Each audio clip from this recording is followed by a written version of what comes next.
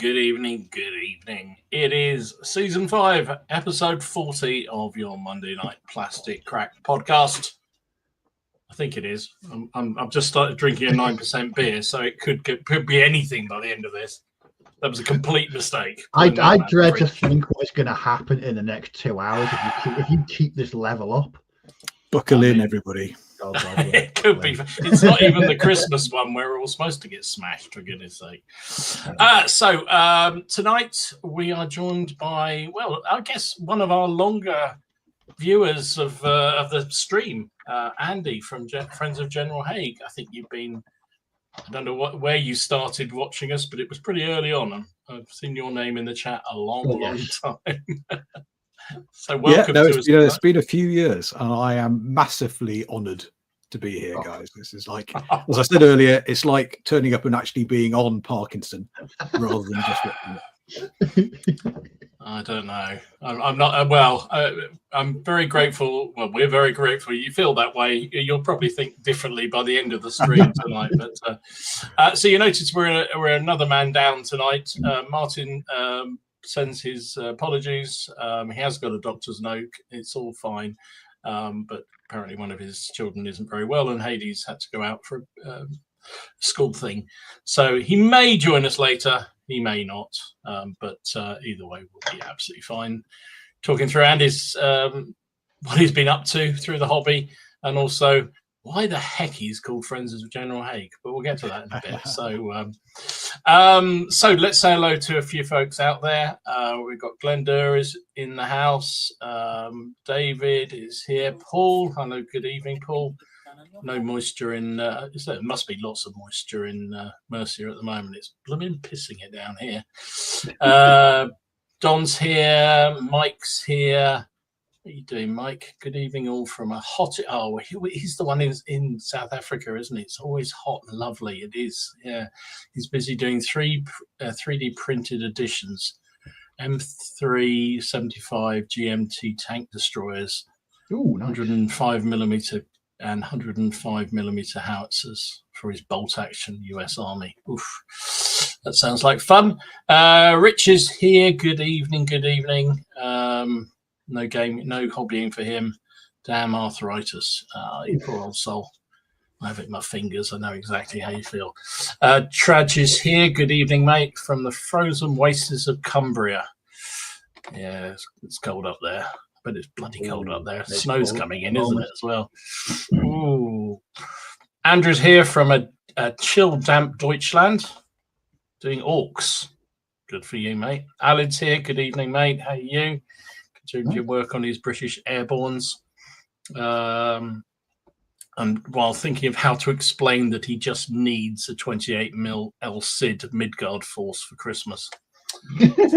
I feel your pain. It was interesting going around Warfare at the weekend and seeing the frenzy. I can only describe it as frenzy of people picking up copies of Midgard where they could, and then apps. I mean, the guys at War Bases must have done an amazing weekend of selling 12cm wide basic. It just unbelievable. Carl's here. Lionheart's here. Good evening, guys. Andy Sykes is here from a Parky Lanark. I bet it is Parky up there too. Yeah, Lazy Pirate's here. Red Steph. Good evening, chaps. Craig. John's here. Andrew, Neil. Cracking on with some Romano Brits tonight, says Neil. Yeah, I think we know where you're going. All friends of General Haig's here. Hello, mate. He's Snuck in. The plebiscite is here. Paul's here. 999999999 Payden. I think that's the right number. Steve, Benjamin. Hello, Benjamin. Graham's here. Hello, mate. What are you up to? Painting medieval Swiss. I think Graham's getting very excited for the new chivalry thing for Saga. That's for sure. Carazette. Nick's here. Hello, Nick. Mark. David Benton. From a cold Bridlington. Yeah, I think it's cold everywhere at the moment. Well, certainly in this country, apart from the lucky souls out in South Africa, where it's not even warm. Mortskin is here. Another Andy. Hello, another Andy. Grand Prix Go. Good evening, mate. How are you doing? Sam. Hail from a chilly 3-degree Norfolk. 5 burning up nicely. This week, I've mostly been painting werewolves. Okay, right. Whatever. Have you been painting werewolves recently, Dom? It's been a while, mate. But he is in Norfolk, so what do you expect? Daniel's here. The real Steve's here. Hey, we needed the real Steve. Mobile and Hostile, Rich John, Old School, Double Dip, Carlston, Nick Dawson, Simon Stokes. Hello, mate. Joseph's here. Good day, all from New York. It's sunny and very warm today. Oh, you go off people really quickly, don't you? Rogue Trooper, Louis Baby. Hello, mate. Barnes White. All bit parky. You're not kidding. What else we got? Oh my goodness, I'm jumping down to the bottom. Phil's here. Bodmin is here. Hello, good evening. Good evening. He's watching from bed. all right. I'm not sure that's exactly the audience we were looking for, is it, Steve? Frank's Miniatures is here. David Kerr, Shring 7. I thought, Shring, you weren't on tonight, mate. You said you left a lovely poem in the comment section on the Facebook page, and I thought that was that meant you weren't going to be in tonight.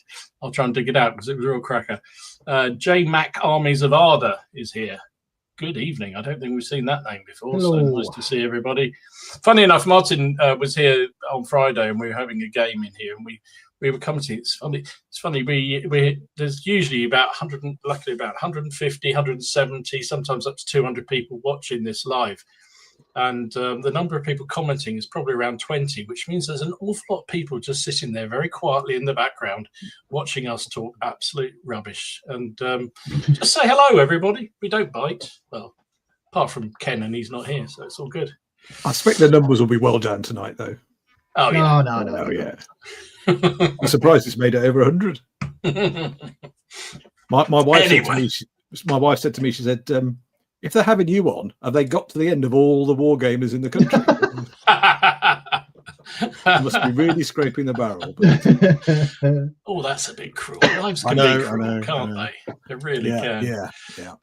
So, Andy, thanks very much for coming on. I'm really pleased to get you on here tonight. So, you say you've been in and around the stream for quite a while, so it's great to finally get you on.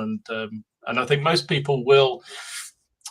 If not have met you at shows, will have seen a lot of your work at shows. So give us a quick intro on Andy, where your background in the hobby and how you got into all this in the first place. Yeah, so I guess I'm one of the Airfix generation. So that's how I sort of got into it, and I didn't know there was anything called wargaming till I came across a little book called Wargaming by Phil Barker.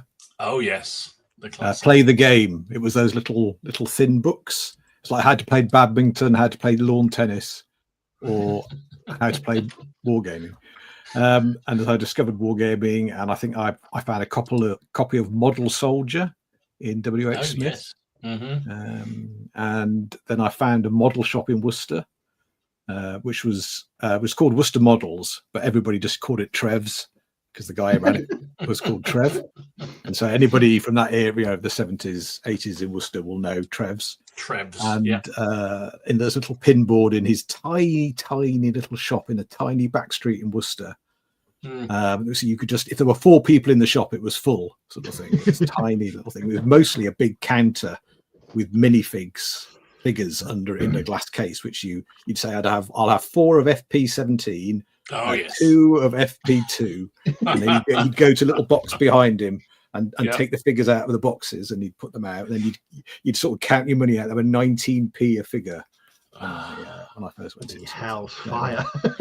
And there was a little note pinned up that said Worcester War Games Club, ring Dave Peters, and then his number. So and so that was it. And I met this odd bunch who also played toy soldiers, and and never looked back really. And you was hooked. I was hooked. Yeah. And I know my mum and dad were really hopeful that I'd grow out of it. Yeah. But I still haven't. I'm still waiting. My parents say the same thing to me. Yeah. So you still playing with those toy soldiers? Yeah. So they just don't understand it. That's awesome. Well, it sounds like a very similar background, apart from a different part of the country to me. Yes. We've talked about this many times. You get two sides: the ones that come out the Warhammer school, and the ones that come out the Airfix school. It seems to be that's generally the two routes into the hobby. So come on, Friends of General Haig. What is it? Yeah. So the Friends, it's I can understand why I've sort of confused everybody, because the Friends of General Haig is actually the name of our War Games club. But I'm sort of like the guy who understands how to do things on social media. And so I've always been doing the things on social media. And then I often forget that I'm using the club account, and I just start, interacting as if it's just me. So we were Worcester War Games Club for many, many years. And, as everybody got a bit older and people went off to university or they moved away for work or whatever, we all got a sort of, distant, and we sort of worked, we were all sort of still in contact, and we all still played toy soldiers. But actually most people didn't live in Worcester anymore. And then we discovered that actually there were some other people calling themselves a Worcester War Games Club who were meeting. So we were like, well, splitters. You've become a bit isolated, and right. When there's somebody else who's using your name and you hadn't realised. So we were trying to decide what to call ourselves, and the name actually came from an argument in the pub, as you do. So because some of the best and worst things in life come from an argument in the pub, don't they? So it was because I think there was a time when we meet every fortnight to play toy soldiers now, because that's the only time people can afford. But it was a time when we went out drinking 3 times a week, sort of thing. And somebody said, "Well, I don't actually think we're a War Games club anymore. We're just people who go drinking and talk about toy soldiers." We were in the pub, and of course the conversation was about the First World War and who was the most innovative by 1918. Was it the Germans with their fancy Sturmtruppen and their Kaiserslacht, or was it actually the British Empire forces with their platoon tactics and their artillery shells and tanks and combined arms and the use of aircraft for reconnaissance? And obviously the answer is the British Army was the most innovative. But there was one guy who, for sake of argument, we'll call Pete, who just wouldn't accept it, and the argument went on and on all evening. Everybody else in the pub's going, "What are those nerds talking about over there?" They're getting really, really excited. It basically we were still arguing when we were thrown out of the pub. It's like, haven't you got homes to go to? Time. So we were all thrown out of the pub, and as we all then split off to sort of walk home, somebody turned and said, "Well, it comes down to this: you're either a friend of General Haig or you're not." And that was, and that just stuck. And so we then started calling ourselves the Friend of General Haig, as much as anything just to annoy Pete. And so the name stuck. So it's actually the name of our club. And as I said, I'm sort of like the social media guy, because I'm the one who understands computers a bit, and I often forget that I'm actually using the club account, the club setup. So I'm really Andy at the Friends of General Haig, and I just confuse everybody. And that's entirely reasonable. So your club has in fact, I bumped into a few of your club mates at Warfare. Yeah. They were laughing hysterically that you were going to be on. So yes, I'll get a lot of stick about this. Yeah, I can believe it. So I said, we were scraping the barrel, and they agreed that was probably about right. So the club has got a reputation, if you like, for putting on some pretty large games and running them around shows and events around the country. So was that always the aim, or is that just how you've evolved, or are you just, only big games will do it for you? I don't think there was any big sort of plan. I think it's just evolved as much as anything. I think if I go right back once again to the start, to the sort of minifigs and stuff, when I first joined the club, it was WRG, War Games Research Group, were the rules, and just about every period we played the WRG rules, and because that seemed to be the proper way to do things.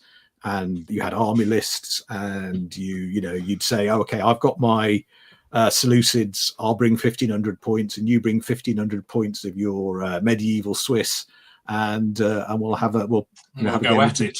Yeah, we'll go at it. And that was the thing for a long time. And I think as we got older, we became, and I think it went in line with the explosion.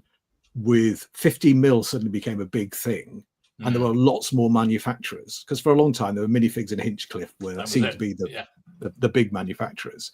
But then suddenly there were Essex, and there were all these other manufacturers doing 50 mil, and suddenly it was a lot easier to do armies, and there were all these obscure armies turning up. And so, everybody then sort of had their own thing they wanted to do, and it became really difficult to try and convince somebody to do the thing you wanted to do. We all, everybody wanted to do a different collection, and so we then started the habit of, well, okay, if you like American Civil War, you collect the American Civil War, and we'll all play it. But you bring both armies, and then so we then fell into this habit of people would take it in turns to bring games. And they'd collect both forces, and then we'd all join in and play a sort of multiplayer game. And so we stopped doing the one-on-one game sort of competition style. We started forming bigger games, and a lot of it driven by what we saw in miniature war games when that started and became War Games Illustrated. And of course, the big thing that Duncan always sort of showed in that was the big, the big games at shows and things. And so that's what we sort of aspired to. You aspire to, yeah. And even when we were playing the little games, there was all this there's always this megalomania. Is like, well, what we really want to do is we'll have a whole weekend, and we'll bring all of our ancient figures or all of our Napoleonic figures, and we'll have an enormous game. We'll put all the club tables together, and we'll have a big game. And so once or twice a year, we'd do that, and we'd spend Saturday and Sunday. And even though we had these, rules which were not at all fast play, we used to play the Bruce Quarry, Napoleon's Campaigns and Miniatures rules, which had 37 different factors you had to go through for every morale test. So games would take, hours and hours to move very slowly.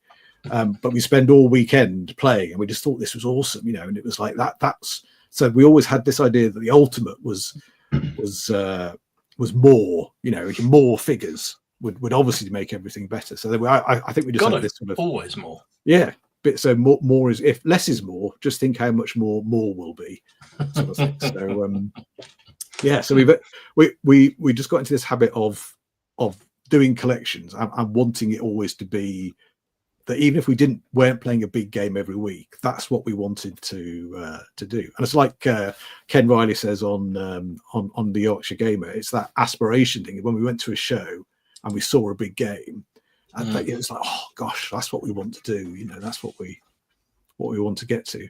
So we've always had that sort of ethos of, if you're collecting a period, you do both armies and you bring the game. And then so it means that somebody will say, can you come along and do a game? And then, well, it's like, yeah, we can, because it only requires one person to sort of be the driving force for that, and then a couple of others to come along and help shuffle the figures. So that we went to Partisan this year, and we did Ogrim, which is the battle after the Battle of the Boyne. So it's the Jacobites and Williamites duking it out, and that's basically Jerry from French under General Haig. That's mostly his collection, and he's built all the train and stuff. But then a bunch of us went along and helped sort of run the game. But that's sort of that's been Jerry's obsession for sort of 3 years or something. He's built up that massive collection. Yeah.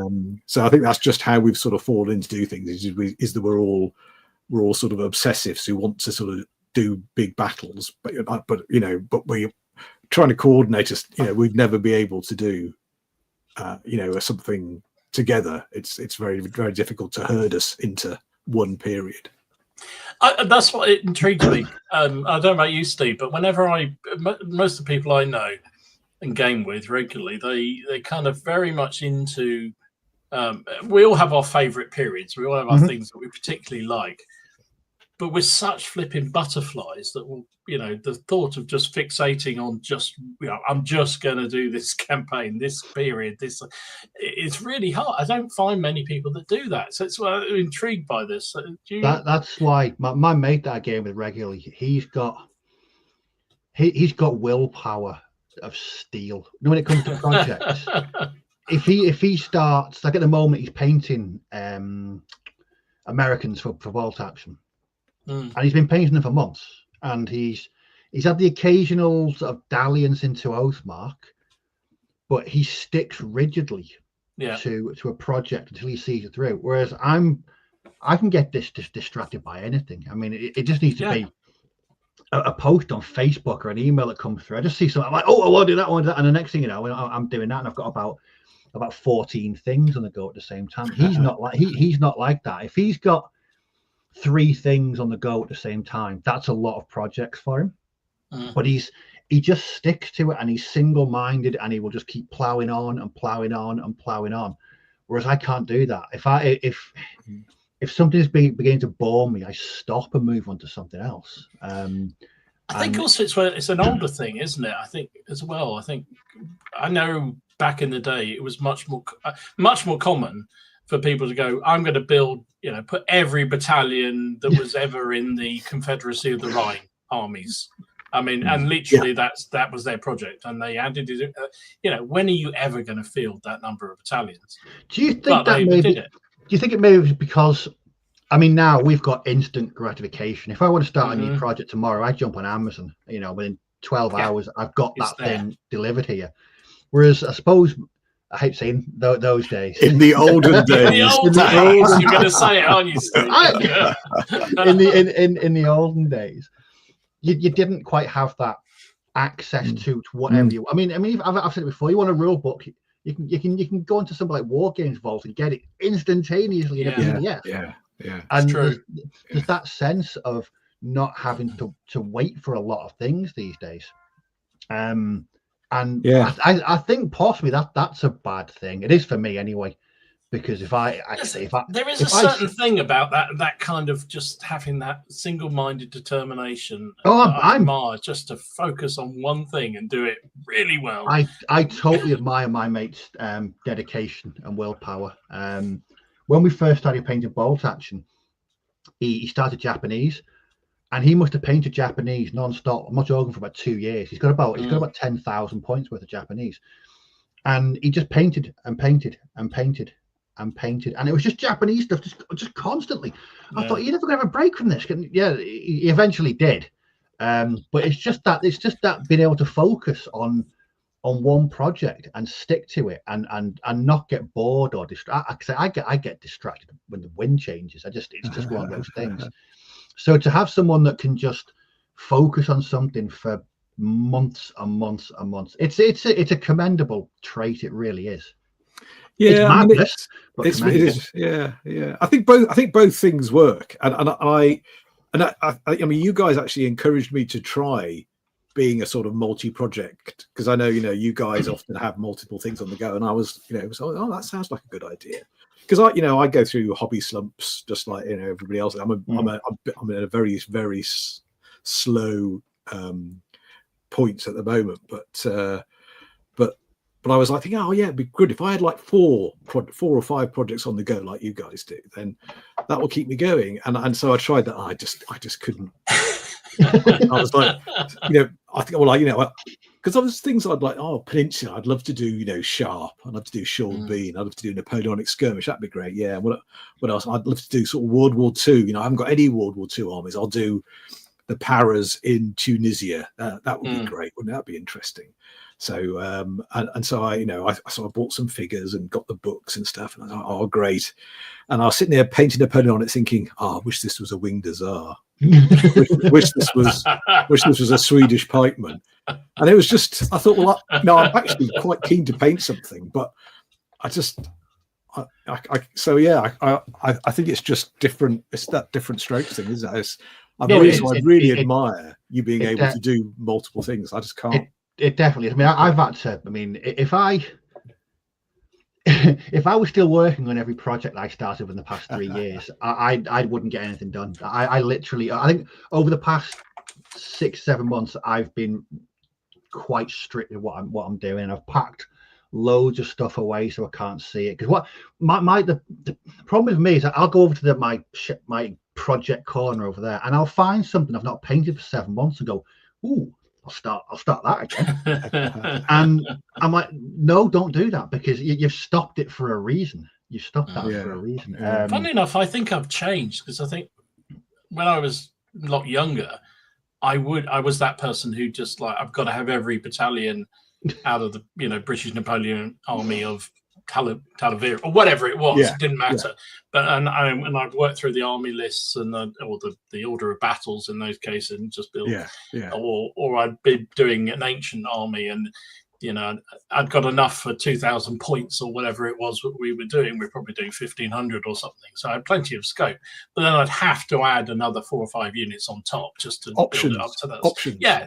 And so I did have that determination, but it's funny as I've got. I think you're right, Steve. A lot of it is around just that availability of it.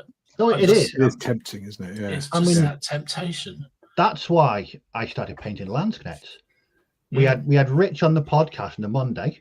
Yeah. 24 hours later, I had a box of Landsknecks here, and then a week later, I had the starter army here, and so I went from not owning any Landsknecks, not painting any, to having an ungodly amount within about 8 days, and it's just because it arrives the next day. If someone said to me, "Oh, you can order Landsknecks, but you got to wait 2 weeks," I'd be like, "Sod it, I don't want it. I'd rather not wait." But it's that instant access to rules or figures or even paints. You run out of a paint now. I ran out of English uniform and bronze green last year, so I went to Amazon, found a Vallejo set. It was here the next day. I thought paint, even things like paint and glue. They just it's. But I think it's like Dom said. It could be a double-edged sword, because it's so easy to let projects build up, and the next thing you know, you can't see the floor or your desk, or you've got a massive great room, or you've got something like that, a giant shed in your garden full of toy Exactly. I'm interested. I mean, people have been putting comments down in the chat. Please do. I really like to know. How many people out there still really focus down on one project at a time, or just maybe let's keep it down to 2 or 3 projects at a time, because one's just inhuman. I don't know how you possibly do that. Although David says I focus on one prime project at once. That's it. I've got one prime always. I've just got lots of minions. I have ones that sort of it's like a horse race. So one will be ahead, and I'll get interested, and it'll just like at the moment I'm painting for Midgard, and I just thought this would be like a passing thing. No, I've been painting. Alex said that he once had willpower, and he found me on YouTube from a phone bag with my World War II 15mm in a shed to a shed and a hobby room full of everything under the sun. Don't blame me, Aled. You haven't got any willpower. It's you influencers, you see. It's you influencers. Yes, us influencers. Driving the war games industry. That is true, though. That is true. Seeing people working on projects and enjoying them. It's instant cod piece. I wonder if I get a cod piece delivered in 24 hours. I'll have to check Amazon for that later. Amazon Prime cod piece delivery. But it is seeing someone enthused by a project and being interested in it and thinking, I've never painted that, or I've never gamed that, I've never worked on that. It'll be quite interesting to see. And it's dangerous, especially the Facebook group, because there's, like I say every week, there's such a diversity of of periods and scales and conflicts and rules. And I mean, Alan ended up buying a shed. That's how it happens. That's how it happens. How it happens. Yeah, it is. It's fascinating to me because I think, and I do think, a lot of it is the fact that there is, as you say, there's just so much stuff available. There's so many periods available.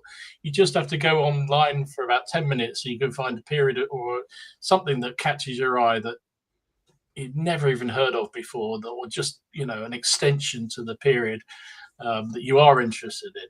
I mean, that's what happened with you, Andy, isn't it? You very much focused, your interest period is very much around that sort of 16th century, is it? 17th century. 17th century, really. But you've kind of expanded a little bit within that. But I mean, that's quite a big period to be interested in, to be fair. Plenty of options. It is. And as well as the figures of the actual wargaming stuff, is that there's so much more information.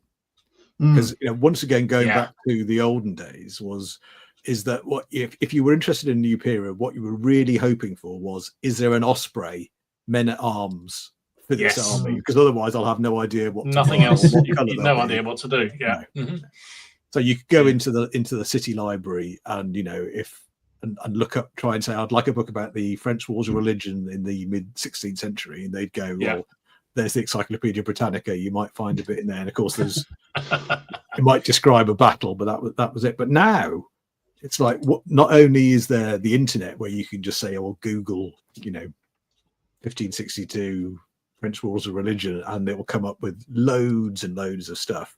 But then you have people like Hellion and Osprey producing all these books, so you can just my shelves are just groaning under the weight of completely of Hellion books, because it's like another that's been interesting and so and that's one of the things that I guess drives, if you're already a one project obsessive person, if somebody if Charles Singleton keeps bringing out new Hellion Century of the Soldier books and saying have you read this one? And no, I haven't. That's interesting. And then so you go further and further down the rabbit hole. I mentioned it the other week, Dom. I think the prime example is your Bruce is an Island thing. Mm-hmm. You watch one video on YouTube, and next thing you know, your table's groaning under the weight of metal miniatures. I absolutely. Craig says the same thing. So the history YouTube channels are deadly, and they are, because I mean, there may be another one of those projects somewhere on that table at the moment that may see the light of day based on one of those videos that I have watched, because I just think they're absolutely full of amazing stuff. And I do think, but the difference, I think you said it, Andy, the difference is now you can buy the books, the figures to go along with it, or at least you can adapt figures very, very easily to. So if you wanted to do I'm trying to think of something really obscure, you can suddenly find something that will allow you to game it in some way. Back in the day, without sounding like an old kid, you'd have to sort of improvise like crazy, write your own rule set, and you had no idea what the troops really looked like. It was pure guesswork. But people are doing, like you say, those Hellion books. People are doing such amazing research into what the troops looked like, what the organization was, how they were formed, what all that kind of stuff. It really is quite extraordinary, really, what there is available to you. Yeah, no, we're very lucky. I mean, it is. I mean, it's no way I could play it. It's just awesome, but it's hard on the bank account. So. That's very true. Yes. That is the big. That's the big thing holding most people back is the money side of it, because it's not cheap. That's for sure. Listen, we've sorry. Because I know people call it the golden age of wargaming. I don't think that's incorrect. I think it really is. I think we're at a point where you can get into anything that you want, within reason, obviously, Yeah. Mind you, I think some people try even those, Steve. Well, there is that. Got to experiment. It is extraordinary what is going on. So warfare this week, just walking around the stalls and all the stands and all just the games, the sheer variety of games that were being put on is just extraordinary. And that's just one show. You go to any of them, you go to Partisan, you go to Salute, you go to wherever. I'm sure it's the same with the US shows and what have you. Just such a variety of stuff. And hearing people just sort of, oh yes, that's just what I needed, an outer Mongolian Second World War assault trooper that they've got over there. It's like, really? And they probably did. I don't know. But it's just brilliant. It's absolutely brilliant. Listen, we cracked on a long way through. We're 35 minutes in and we haven't really done intro stuff. So thanks for everyone joining, obviously. And thanks for those watching the catch up. You thought I'd forgotten, Steve, didn't you? No, I hadn't forgotten at all. I had. Thank you to everyone watching on catch up. If you want to hit the like, subscribe, and all that good stuff, please do. Shrill.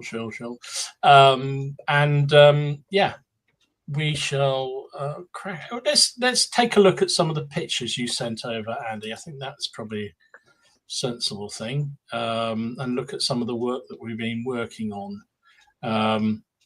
I want you to explain this picture to me.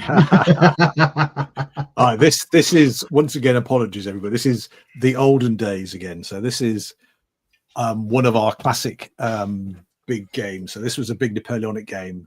So all the figures you can see are minifigs. There may be the odd Hinchcliffe on there, but they're mostly minifigs. They're all 25 mil as they were then. So they're all painted in enamels because there was no Vallejo then. Nope. They're painted in enamel. They're all gloss varnished, probably with yacht varnish, which is probably about a couple of mil thick. So you could bounce those figures off the floor and they'd be totally safe. Everything is based on either cornflake packets or beer mats and just painted green. That's basing. And that's it. And that's that. I mean, actually looking at it, that's actually mostly one person's collection because he's a nutter, but there may be several people's collection across the whole board, and that's all of the boards put together, and that's a sort of big, massive weekend game. And I think you can, because I know the game, I can see the Midgard are coming in to attack a big Russian redoubt, and there's regiments of Russian Uhlans going in and stuff. So this was like what we thought of as the ultimate game. The terrain is a little on the weak side, shall we say? So there are green chipboard painted green, and very adaptable. We chalked the roads and rivers on, and then wiped it down the next week to start again. And this looks like it sort of dates it to just after they've started making the integral terrain hills, because I think the hills are integral terrain, which we thought were awesome. Those like the integral terrain foam hills and stuff. Nice skirmish game. And I can see the Airfix Waterloo farmhouse over on the right-hand side there. That's the bit of La Haye-Sainte, because obviously that's big. And there's a sort of cardboard building in the foreground, and that was our top terrain at the time, sort of thing. But that was like, oh gosh, let's do a big game. But that looks like exactly the sort of thing, to your point, you'd see in the magazines or in some of the Donald Featherstone books and things like that, wasn't it? It's exactly the picture you have, which is like exactly what got me hooked into doing these sort of things. It's just extraordinary. So what else have we got here? Which one do you want me to show next? ACW, was that one you wanted to show? So this was just to sort of prove that it's not all we've upgraded here. This has moved on a fair bit. I can see. Yes, yeah. So this is sort of we're into the 21st century now. But I wanted to share some sort of to prove that it's not all me. So there's lots of other people at the club with collections. So this is my mate Dave and his American Civil War collection, which is in 15 mil. You have to forgive him, not everybody has seen the light about 28 mil. So this is 15 mil. So this is at a Warlord Games open day, and actually the terrain board is John Stallard's terrain, but we've borrowed it and we've put a 15 mil game on, because I think this is when Glory Hallelujah came out. Oh yeah. And Dave wrote Glory Hallelujah. So John asked him to come along, bring his collection along, and put a game on, and obviously talk to people about the supplements and get people excited about American Civil War, which was unusual for Warlord, I guess, because they didn't sell any American Civil War figures. No. So they were that's why they were happy for us to bring along a load of 50 mil, and I think there's probably every 50 mil ACW manufacturer represented on that table. But there's you probably can't see because it's not terribly good photo I've taken, but there's an air balloon there, an observation balloon. Yes, at the back there I can see. And I think there's a monitor ship going up a waterway at the back of the board, and so it was so that's the sort of a sort of a game we put on a show. So it looks that's very awesome. That is awesome. I love it. I think say all those sort of games just inspire. Hopefully inspire people to do big games. I hope so. Yeah. I know people love do their skirmishes, and that's all great, but I still think there's nothing quite like that look of a ton of. Well, I was going to say lead, but it's not anymore. A ton of plastic and resin sitting on the end of a table. There you go. Mike said exactly the same thing. There's nothing like the sight of a table groaning in the way of thousands of figures. Yeah, absolutely awesome. And Andy says he still uses cardboard from cereal boxes for bases. Excellent. Well done, Andy. Well done, Andy. Funny enough, I've been going through some of the old 15 mils and 28 mils, probably 25 mils that I've got in the back of the cupboard there, and pulling them off those cardboards. At least rebasing is easy on cardboard. You just rip it off. Yeah. It's not quite the same with MDF. That is awesome. Listen, I realise we've skipped right through what we've been working on. I feel like I haven't done this for a few weeks, but I haven't really, so apologies for that. So also, reminder that we are sponsored by our friends at Boards and Swords. Remember that you can get all your hobbying goodness. You want the new Midgard supplement, Ian's your man. You can get it from him and use the PCP5 code, and you get an additional 5% off. He's already ridiculously discounted prices. I think that's what he told me to say. So, Steve, apart from your failed attempt to do a turnip, what have you been up to, mate? I should probably point that out. A bit of public service announcement. Public service announcement. There's currently a picture in the Facebook group from 2022 of what looks like a giant root vegetable on a cart. I don't know if anyone can recall, but I was advised that the material I was using, which is Oasis, is highly toxic and poisonous, and I was happily cutting it up in front of my nose. So I didn't actually finish that piece on general grounds of health and safety. My health and safety in particular.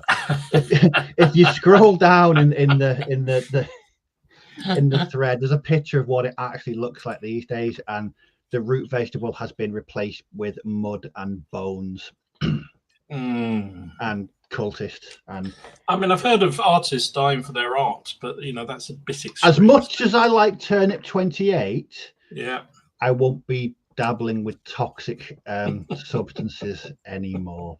I've actually been painting a few things, not much, because I'm doing this new thing now where I don't paint much. Dom, is the brand button not working? It should be, mate. Oh, it is now. I think StreamYard was having a bit of a moment now. It does from time to time, I'm afraid. So, like many people, Great Escape Games, I know it's terrible. Like many people, Great Escape Games very kindly sent me a sprue of their upcoming mounted gunfighters. It's currently on Kickstarter. So the thought of painting 5 horses in one go filled me with absolute, total, unremitting dread. So I painted 2. And that's they're very nice though. Thank you. You've done the muzzles and everything on the horses. They're really I nice. know.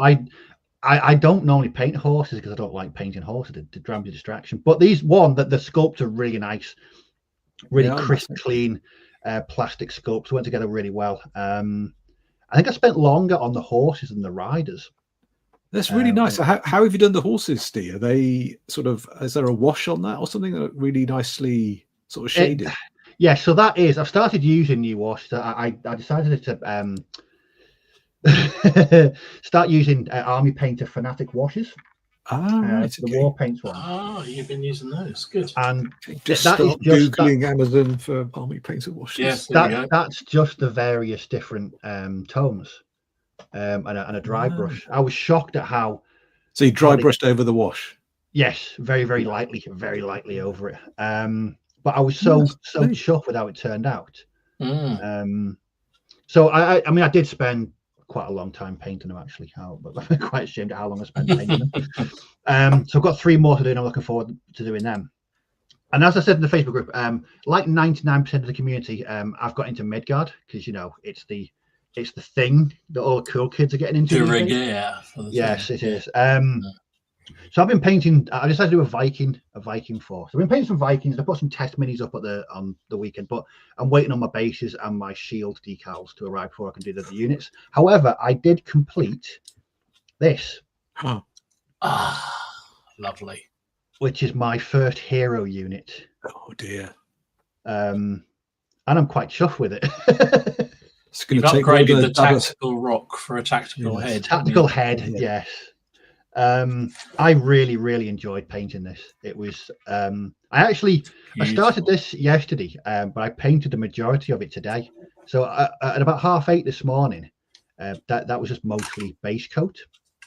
But like I had a day of work, and I just sat down and painted, and yeah, I was surprised at how far I got with it. But here it is.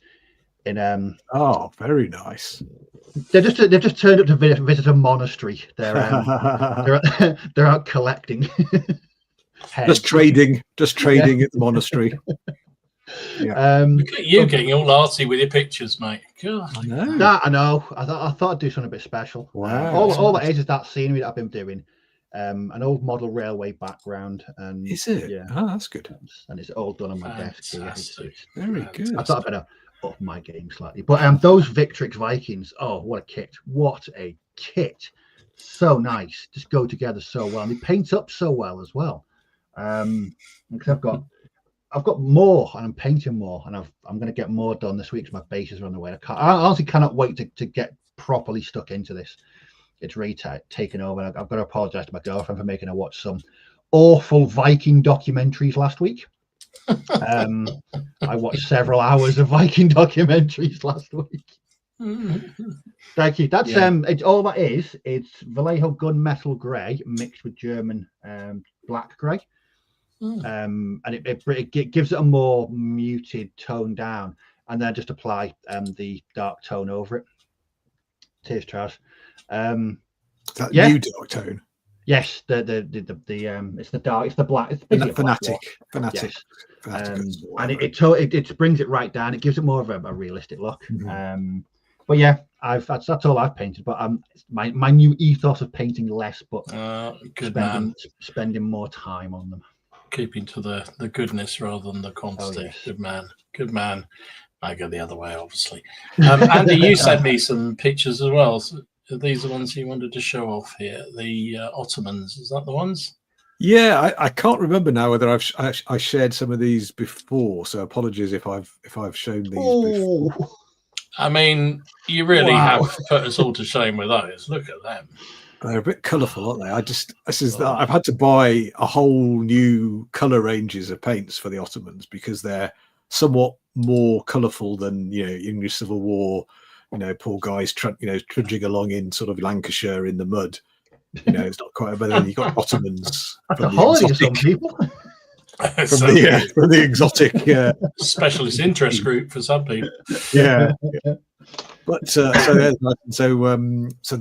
is a general base because it's like, so I'm a bit bored of painting horse archers. Let's do a general, and so I think the figures are probably Tag, the assault group. All right. So they're quite nice. There maybe one of the riders is Warlord, because I tend to mix everything up a bit, and then I lose track of what's what. Yeah. But and then the fancy designs is actually nail art. So you may not be aware, but you can buy little fancy things to put on your nails. All right. I don't do this personally, but my wife and daughters tell me this is quite a fashion thing. Okay.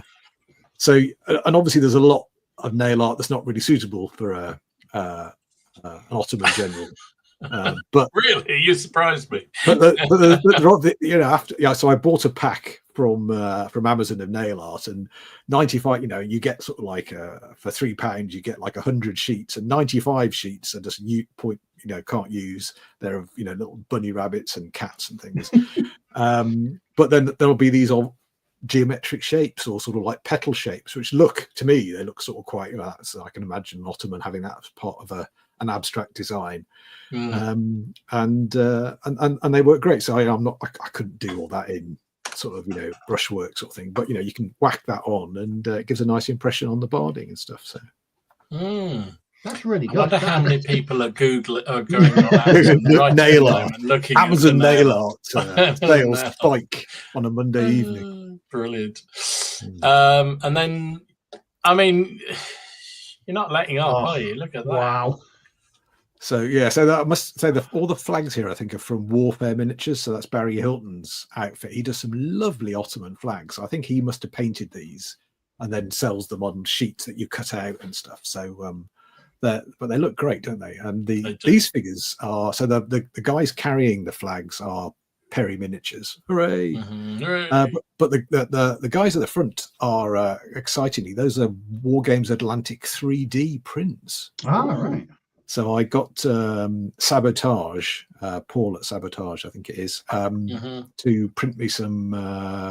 So I bought the STLs and send them to Paul, and he printed them off, and they're fabulous. They're really, really nice, and they're sort of, you wouldn't like them, Don. They're multi-part. You have to stick them together. So even I was excited up till that point. But they do all sorts. They do some really nice sort of Ottoman, sort of some officers, some generals, some armored janissaries and things. Doing Ottoman. Yeah, I think if you're doing they do lots of skull and crossbones. I don't know why people want skulls and crossbones on their nails, but apparently that seems to be a big thing. So pirates, I guess that'd be good for pirates. Yeah, true. True. But purple. I mean, I didn't have any purple before starting these, or the sort of. And Steve was talking about buying new paint. So I'm a complete sucker for any new paint, painting aid. I didn't buy the paint little painting potty thing that washes your brushes. That's about the only thing. The only one you didn't go for. The only one I didn't get. So I've got loads of wet palettes. I've got every new paint range that comes out. I end up buying some of those.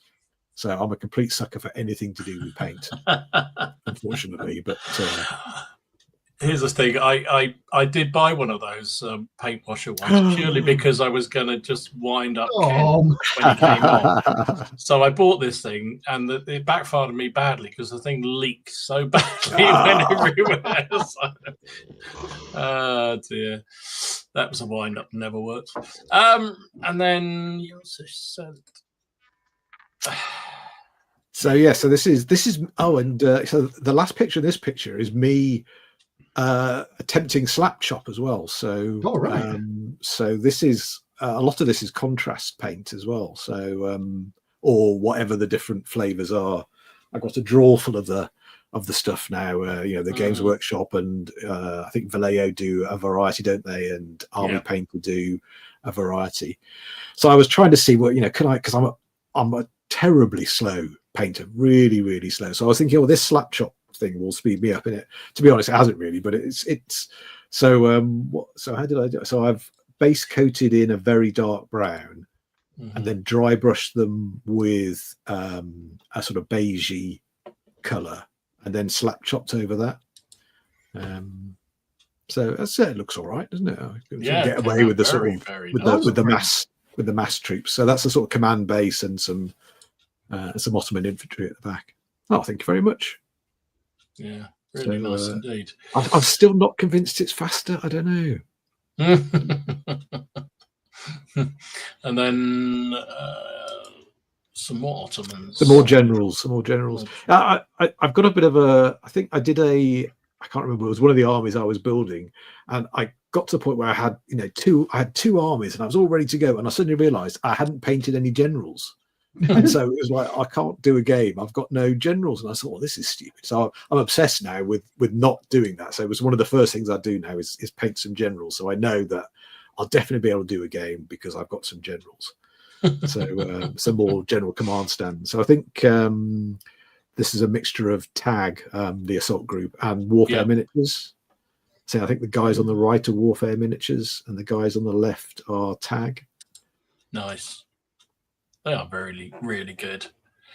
Oh, I really must. I've got a pile of Ottoman figures I need to paint. They're Napoleonic ones. The Perry ones. Oh, they're beautiful. Oh, so nice. Every time they bring out a new ones for the collection, I just have to buy them. And I still haven't started the first lot. So I just, they will get done, but it'll just, I'll have to send you the ones that are too obviously Napoleonic, because a lot of the packs they do, I'm using for my earlier 17th century Ottomans, because they're sort of a guy in a fez with baggy trousers on, can cover several hundred years. But occasionally there'll be a French advisor or somebody with a very obviously flintlock Napoleonic musket. So I'll put those all in a bag. I'll put those aside, Dom. Like, you can have all those. And, oh well, thank you very much indeed. I'm just buying the sort of camels and musicians. I've got a ridiculous Ottoman Janissary band I'm building as well. So it's, they are beautiful figures. They really are, and I think it's almost, for me, it's been. I love doing weird, or slightly unusual armies, shall we say, for Napoleonic period, particularly. So, the thought of doing it, I'm really, really looking forward to having a go. But I think also, like you just said, they're so bright. That's almost putting me off for the moment. And I know once I get into it, I'll be absolutely fine. So I just need to crack on and do it. But also, things keep getting in the way. But it will happen. It will happen, definitely. So for me, I've shown some of these on the Facebook page, so I won't overdo it. But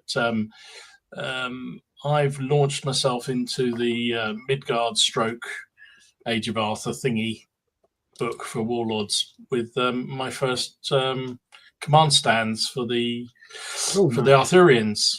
So Warlords very nicely sent me some of their new Age of Arthur figures. So these are a mixed bag of resin, Warlord resin, and metal figures that they're doing at the moment to support their new supplement. But of course, they work very nicely for Midgard. So I think the one on the left with the red armor, a red tunic, is supposed to be Mordred, and the one on the right is supposed to be Arthur. And then there's various other characters there as well. They're a lot of fun to do. I actually really enjoyed painting these up. And there's another bunch of them. You recognise the guy in the front with his helmet off is the one that you got for free if you bought the new supplement. Quite pleased with that. They've all come out in the end. And then also in the little pack they do of I can't think what they call it now, but it's sort of hero. I think it's called Heroes of Camelot. You also get Merlin, Guinevere, and Morgana, I think it is. I forget which one. So I painted those up too, because in the Warlord version they have a role to play. So they're or you can play with them if you wish. So they're Warlord resin. They were actually the folds on the dresses was so much fun to paint. Really, really came out well. So pleased with how the detail held on them. But really, I'm trying to do Saxons more than anything else. So I've made a start on some Victrix Saxon warriors. So that's the so basically for Midgard, that's a unit. Yeah, so that's 12 centimeters wide. So that is one unit. So, but for the Hail Caesar version, I'm going to probably add the back rank on it. So, well, I will. So I just need to finish them off. So they've been fun to do as well. Lots of chainmail is easy, right? Just easy. Love it. I hate painting chainmail. Do you? Yeah. I actually don't mind it at all. I find it so simple. I do. What I've done when I've been painting these Vikings, I've done them. I've done the chainmail first. Get out of the way. Yeah, I always do chainmail first because you dry brushing and it go. I can't be tidy enough doing it, so I always do try and do armor first, and then. Funny enough, with these ones, that for the first normally I do exactly what you just said. I'll do the figure all nicely, then I'll try and dry brush it and get it all over it. So it was complete. So this time I actually got myself a bit organised, and I did the chainmail and dry brushed it first, and then did the rest. And it was a far better way of doing it. Absolutely.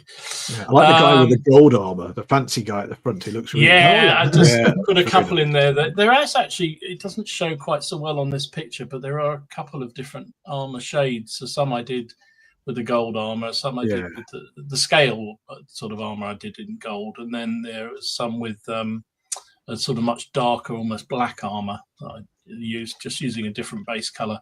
Yeah, which worked very quite nice. well. They look hard as nails. They'll probably roll double ones or first time on. Yeah, I'm sure they will. Somebody will throw a sling at them and they'll run off. They will. But I don't want to. I want to feel that I've kind of given up on the ACW. So there's another unit of skirmishers or dismounted cavalry that could be either for the Confederate forces. These are lovely Perry figures, beautiful. Gosh, really double barrel shotgun in the front. Yeah, it's a double barrel shotguns. You've got all Nice. sorts. They're a real assorted bag of. I think they're called civilian cavalry or something like that. Dismounted, so really fun. And then this unit, the Feds. I thought I'd better do some of the other side for a change, because I always intended to do a bit like you were saying. Actually, always intended to do both sides. Because at the club, two of the guys I play with regularly have started to do the Union forces, and only one of the other chaps is doing the Confederates with me. So it was quicker to crack on. All the games we seem to have done recently have all been large numbers of Confederates and not so many Union. So the two figures on the left are giants in miniature, special figures. That's the Chamberlain brothers. So therefore that must be the 20th Maine, mustn't it? So there you go. So that's what I've been up to. Very nice. It's been fun. Actually, I've enjoyed it. You're so fast. I know everybody says it, Don, but you are incredibly fast. I am reasonably quick at painting, but I also, as I said before, I just spend a lot of time painting. And, Elaine watches some true crap on the telly, and I'll sit on the dining table while it's on, because she won't let me come in here and paint while she's watching crap telly. I don't know why, but and I'll sit and paint. And so, how many hours of crap telly can you have a night? I can paint for that number of hours, and put my iPad up and watch something while she's watching whatever I'm a celebrity, get me out of here or something rubbish like that. So yes, but I do. It's not just that I'm quick, but also I do spend a lot of time painting. The double effect is you end up with a lot of figures on the table. I heard somebody say an interesting thing about painting today. I was listening to I think it's 20-sided something or other podcast, and the guy on there mentioned momentum. To do with painting, and I think that's really important. Is that idea that very much when he's busy, he was saying, he hasn't painted for 2 weeks. He'll come in, sit down, and then it takes him 45 minutes to remember what it is he's doing. But if you're just doing a little bit all the time, like it sounds to me, Dom, like you have that momentum all the time. You've got that momentum going. So that's I'm driven by the game. So I'm driven by getting them on the table. So if I know I've got a game coming up or a series of games, or say at the moment, everyone's been, well, my immediate group of friends that I game with most regularly have all been into ACW. So, I was painting furiously to get regiments for the games we were going to play the next week at the club. Funny enough, this week we're probably going to have a go at Midgard. So funny enough, what's on the table a bit more. It's something changed completely. More Saxons. So it is, very much. It's driven by that. But I think that's absolutely right. Momentum is definitely something that works for me. And I guess I've been fortunate, touch wood, of never really having painter's block, because I think for me it's just, as you say, it's just slow down or speed up on things. So I'll generally paint pretty much if I've got if I'm at home and we've got nothing else on, I'll paint pretty much every single day. and I'm not bothered. And I don't particularly like painting, as you know, so it's not something I do. I find it a little bit relaxing, and it's probably good for the old mental health kind of thing as well. But I just get on and do it. But when I am in a mode to get regiments finished, before CrackCon, when I had to paint about 4 battalions of bloody Landwehr, I was literally painting solidly, and every minute, I'd come down in the morning with a cup of coffee and I'd paint half a battalion just before Elaine got up, and then lunchtime I might come in and have a sneaky sandwich and paint a bit more, and it was just obsession. So that was very much a momentum thing, because I had that target of what I was aiming for at the end of it, and so if it's like that, then I'm good. My problem is actually, and the projects that have gone on hold for me have been the ones where I can't see the immediate game. So if the game isn't coming, like the Bruces in Ireland was easy because I was doing both sides and I could play the game. But I did start at the beginning of the year.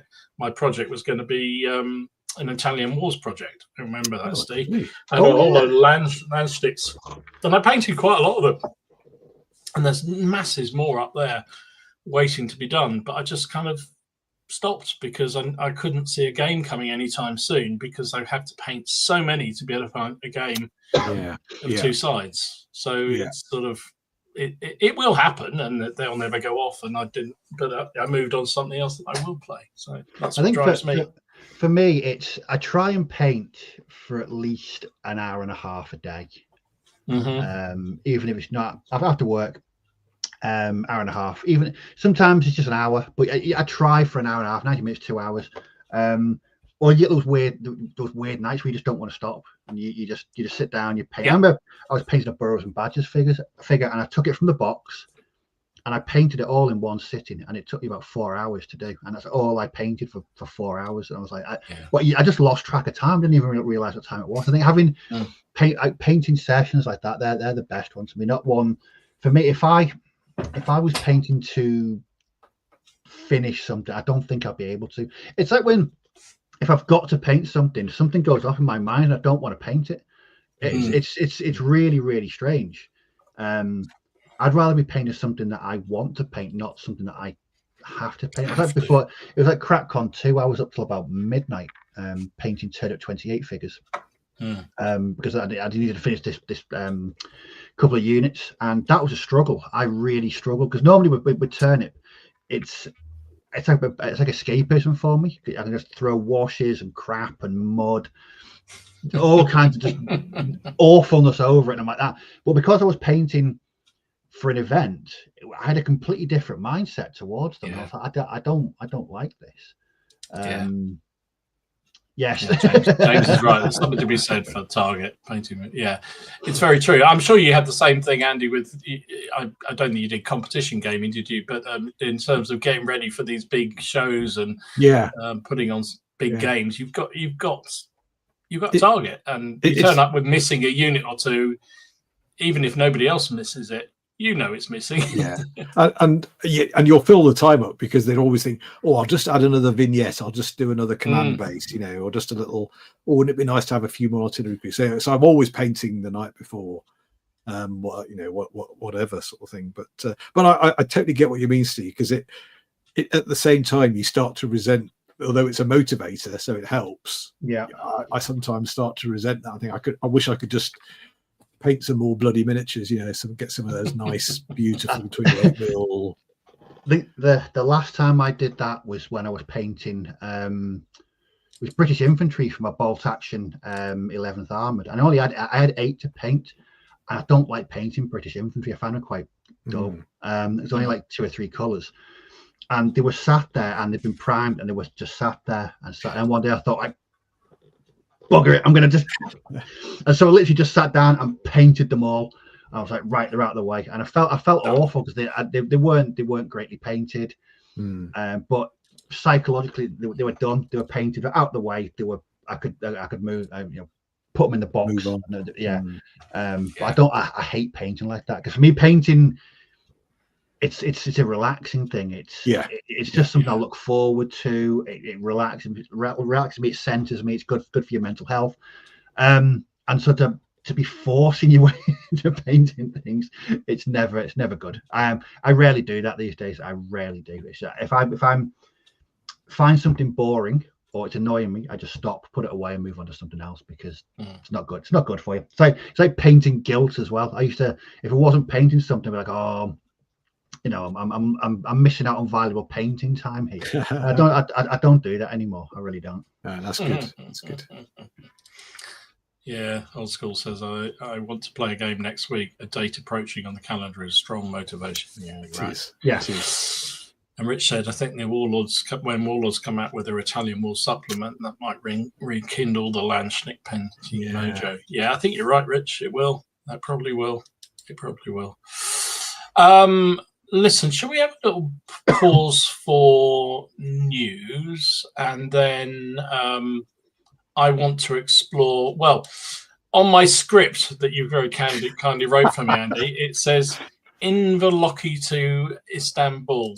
I want to explore that because you have a definite problem there, my friend, and I want to explore it some more. You want to help me? This is a therapy. Consider it a casting, you know, I was going to say casting couch, but it's not a casting couch because I do not want to do that.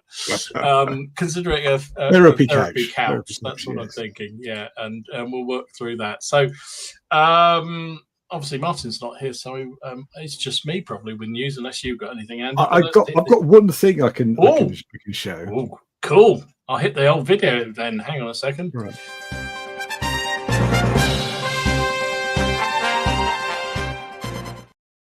Oh, right. Off you go. This is just unheard of. Well, it's because I'm not sure. Right. So this is by Osprey Books. Although it's not a typical Osprey, it's a sort of like proper hardback book, but it's by Osprey, and it's called Steel Lobsters. Okay, and so it is about Hasselrigg's lobsters in the English Civil War. So basically, that is an entire book of one regiment, about one regiment, which only fought for about 4 months before it was destroyed at Runaway Down. There's 270 odd pages about one regiment, but it basically goes into cuirassiers in that period, and then and about Hasselrigg, who's a fascinating character in the English Civil War. Excellent, Lionheart. I must admit, I can't actually recommend or not recommend the book because I haven't finished reading it, but it looks brilliant. And so it goes into Hasselrigg, goes into the background to cuirassiers and the name being the last knights and stuff. And so it's definitely one to pick up. So interesting for Osprey to do that sort of book. I think they're trying to get into Hellion territory there, definitely with that. I've not seen them do hardbacks before. That's interesting. So very, very interesting. So I must admit, I saw that book on somebody's stream and I thought, oh, that sounds really interesting. I thought, no, must resist. And then you've just got me thinking again. I think if you're into English Civil War, it's got to be on the Christmas list. It's one of those oddity regiments, isn't it? You just think, everybody has it. If you do English Civil War, everybody has Hasselriggs. Yeah, at least once, if not 2 or 3 times. How many pages covered? Getting drunk in the... every pub in the country. He must have been absolutely plastered. No wonder he was cross. Legless. He was permanently hungover. He was in every pub. So other things, what I've seen. So I talked briefly about these last week, and we just touched on it just now. But Blessed Perry's put out some new Ottomans. Will be mine. Ottoman engineers. They may be mine already. They may be sitting under the desk over there. And then they've also done some battalion guns. I think these are supposed to be for the Polish. Nice. Ottoman artillery. Those look nice. Look at those fellas. Must have those as well. Must have those. It's got to, really. Gosh, they look lovely. And there's the Warsaw battalion guns. They're really nice looking. And then look at these. Look at these. What yellow uniform? I mean, yellow with a yellow cannon. I mean, good grief. And they got red slippers on as well. I mean, just it's amazing. Very high fashion item, red footwear in the Ottoman period. Everybody wanted red shoes. Red shoes, that was the thing. Red okay. Shoes, yeah. And then the French Explorer set, I think this was called, something like that. Ooh. Anyway. So this is an example. I'll have to buy this one, Dom, and I only want the Ottoman guy pulling the donkey, and I'll send you the other three. So you're on. So yeah, that's just amazing. They're just adding to that range is becoming so good. Becoming so good. It is so good. And I showed just an ounce of self-discipline at Warfare. The guy that was there that has all the Perry metal figures on the racks, and he had pretty much all the Ottomans, and I walked over and I picked some off and then I put them back again. No, wow. You have several £100 worth of them already here. Let's paint them first and then we'll come back to them, because they will still be there. So, Dom, since they announced, though, the Perry announced the Ottomans, that was a while back. You've just been buying them. Yeah. I'm not painting them. My precious. Yes. I haven't painted any of them yet. That's going to be one hell of a painting session, mate. It's going to be a big one. I'm just waiting for the sort of just that juice to rise, and I'm just going to go bang, and I'll crack on through them. So yeah.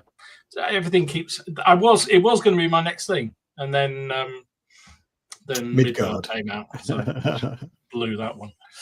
Also, for the Second World War, there's a new battle group scenario book on what's that? Kusterin, Eastern Front. Actually, no, I think it's 1945, so it must be Germany. Get battles between the Soviets and the Germans, which I think has gone to layout, so that shouldn't be long before that comes out. I know there's a small but dedicated group around here who are very interested in battle group. A few times. I think it's a nice system, actually. It works quite well. Don't know why we never seem to continue with it, but it was worked very nicely. Talking about 3Ds, I know we don't drink anymore for that, but Paint and Glue has got a whole nice tankettes. Italian, is that an Italian? Italian, yeah. So I think that's a CV34. I think that is. I'll trust you if you say it is. And that's a CV33, or it could be the other way around. I don't know. I'm not an expert, but he's got a whole load. He's got all the different variants of the different CVs, so including the Flamer one, which is the one again that everybody has. Or, even though there was probably only about 5 used, everybody has them. But they're 3D prints, and I think you can do them in all different scales. And I think also on the website, from what I remember, it's been a while since I've been there, but he can also produce them in either the 2 different versions of 3D printing anyway, so that you can get the really fine detail, or you can get ones that aren't quite. Also, this started a discussion on the Facebook page. Artisan, this is the US paratrooper Pathfinder group. I love Artisan figures, same with Crusader ones. They're nice and chunky, and they paint up really, really well. And I don't think they get the love that they should, really. Maybe we should do a stream one week on sort of those sort of, I guess, manufacturers that have been around for quite a while, that have quite a loyal following, but never seem to crack it into the mainstream, shall we say. It'd probably be a very expensive stream for everybody, but because I think Artisan are definitely one of those. They do a very big range. They do. Their multiple range periods is massive. Yeah. Do you know what? I think really the only Artisan miniatures I own I've got some cowboys and lawmen and banditos from their Wild West range. I bought them years ago when I started playing Legends of the Old West. But I remember they were really nice to paint, especially the banditos were really lovely sculpts. But yeah, that'd be interesting. That'd be an interesting stream, actually. Yeah, I think we should do that one week. Those are 28s, yeah? They're 28s, yes, they are. Very, I think they only do 28s. think artisan. I'm pretty sure they only do. Yeah, I think they only do. Yeah. Talking about a little bit nichey. So, first Mexican War. This is First Corps. They've done a whole range of different US Dragoon horseholder stands, which is kind of, I say, a bit niche, but I know again there's a few people out there who love the Mexican Wars. Empty horses. Yeah, there we go, empty horses. Also, Soldiers of Napoleon. Now, this is a free PDF supplement, I believe, that you can download from Gripping Beast, which has 5 battles for Soldiers of Napoleon. So if you're into that, I know there's, again, quite a dedicated following for Soldiers of Napoleon.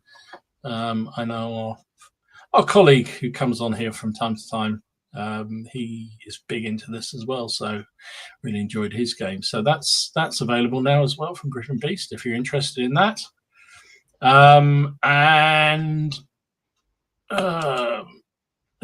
a lot of stuff come out. So War Games Atlantic showed off the Age of Chivalry Peasant Levy. I am looking forward to getting my hands on this. It looks so cool. Don't they look brilliant? I mean, they are really nice looking models, I have to say. I think they might be joining the Irish forces in my Bruces and Ireland force, because, yeah, it's got to happen, really. That just looks amazing. Definitely revolting. Definitely revolting. Yeah, definitely revolting. And then I know also the Islamic warriors are on sale from Victrix. I didn't put a picture in because they're actually out, and I think we covered them before. And there were a lot of people snaffling them at Warfare this week. But the other thing that I've got, I know this will get you moist, Andy, but I know a lot of other people will as well, is we've got previews of Bloody Miniatures newest release 10. Look at this. There's the swashbucklers. Just amazingly good, aren't they? Oh, lovely. And then you got the veterans. And then there's some casualty figures. Well, you've got to, haven't you, really? A few war bases, counter bases under those for your casualties. Perfect. Yep. And then the bloody practitioners. Look at that. Just awesome. Yeah. They are so nice figures. So they will be out I can't remember when he said they'll actually be out, but they're obviously not. He's hoping to have them out before Christmas.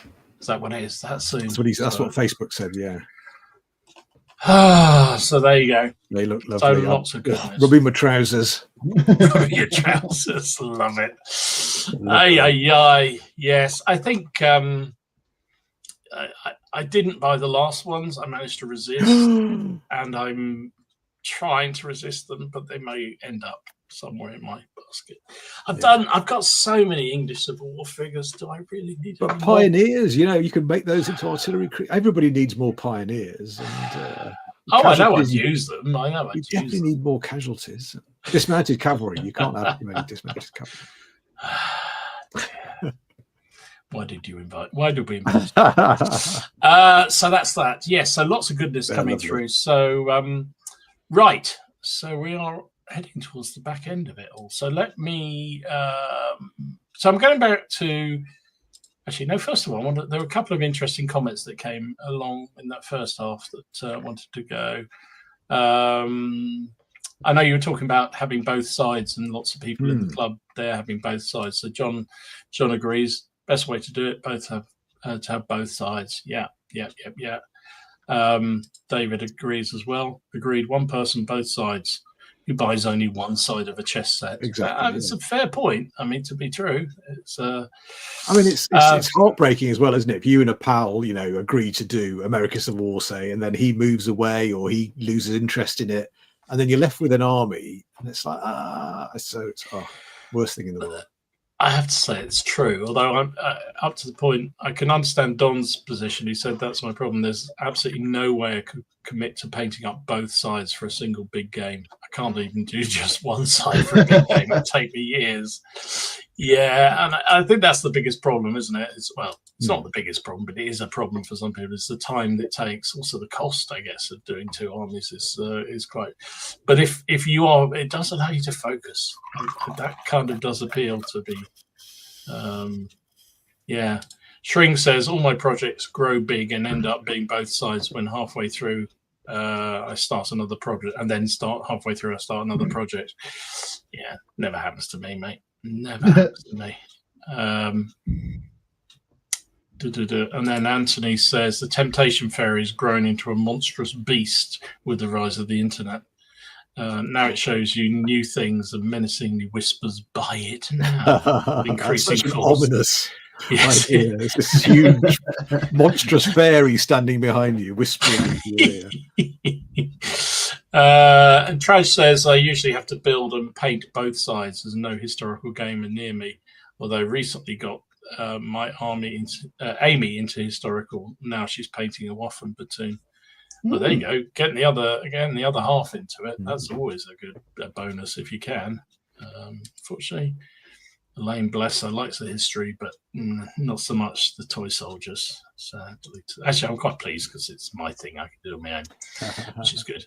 I think the other thing about doing both sides is that you get the chance to play solo a bit as well. That's what I find increasing. That's why I often do it now, because I've got the room here to do it.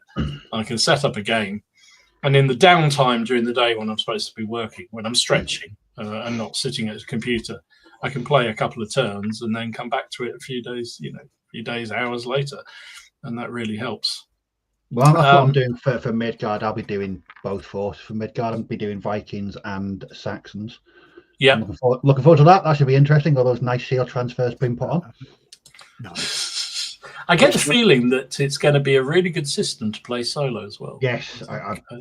From watching the videos, there's not much that you can't solo in it. I mean, there's no sort of hidden activations, no secret movements, or secret things you've got to do. No. Yeah. I think the only thing is probably when you're doing sort of hand-to-hand combat between two heroes, maybe. Yeah. Whether you accept it or not, but I guess if you play it in character, that's probably fair enough. And then we're talking about having how many projects people have on the go. So Carl says lots of projects, but I have 2 or 3 that I concentrate on each year. I guess that's kind of my thing. I do one or two big projects at a time, and then the rest will be lots of little twiddly bits around the side. So yeah, I guess that's pretty much the same. Kim says he's like me, gets bored, and he paints game to game. So yeah, I think that's true.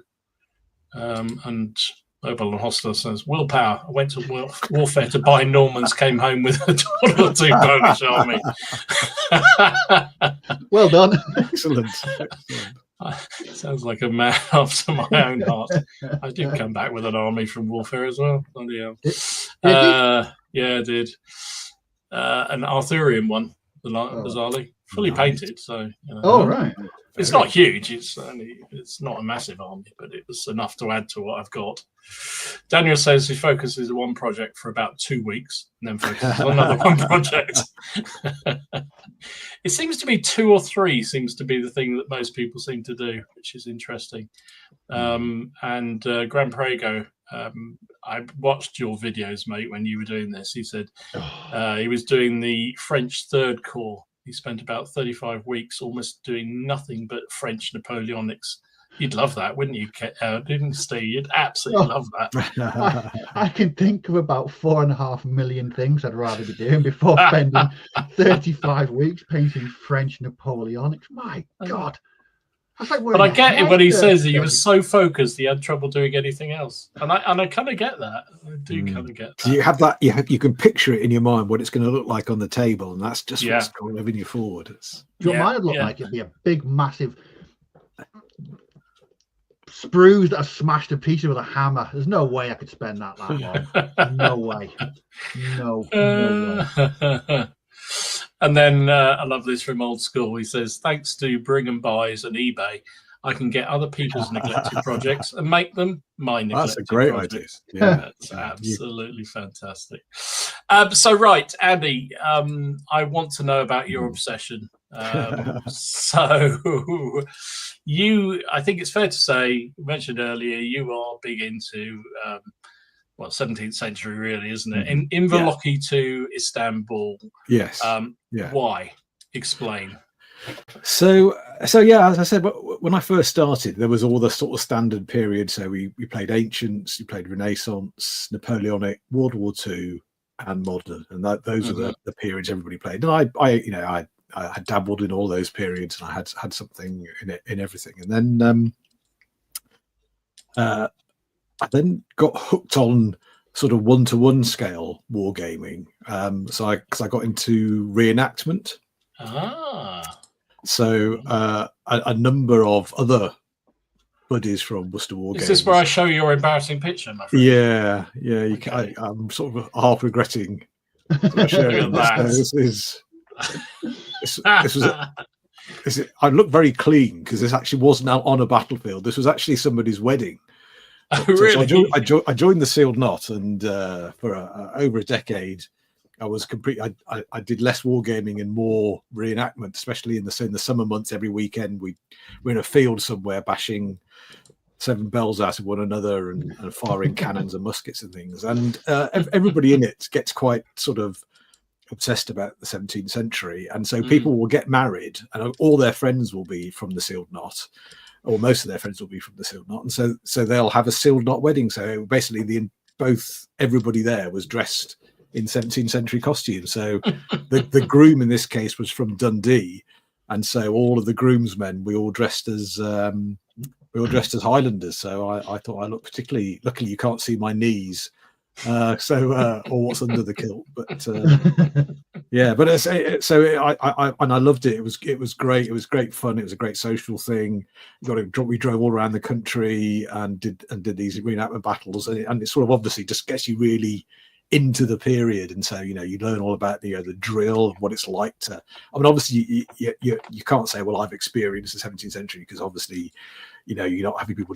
Nobody's trying to really kill you, and there's no disease, so it's nothing like the real thing. But you do have an appreciation of how heavy a pike is, or how you fire a musket, and it just adds to that sort of interest in the period and wanting to know more about it, and the different campaigns and things. And I just then totally fell down this 17th century rabbit hole. So I still collect and paint other things, but I've just got this really that's where your heart is.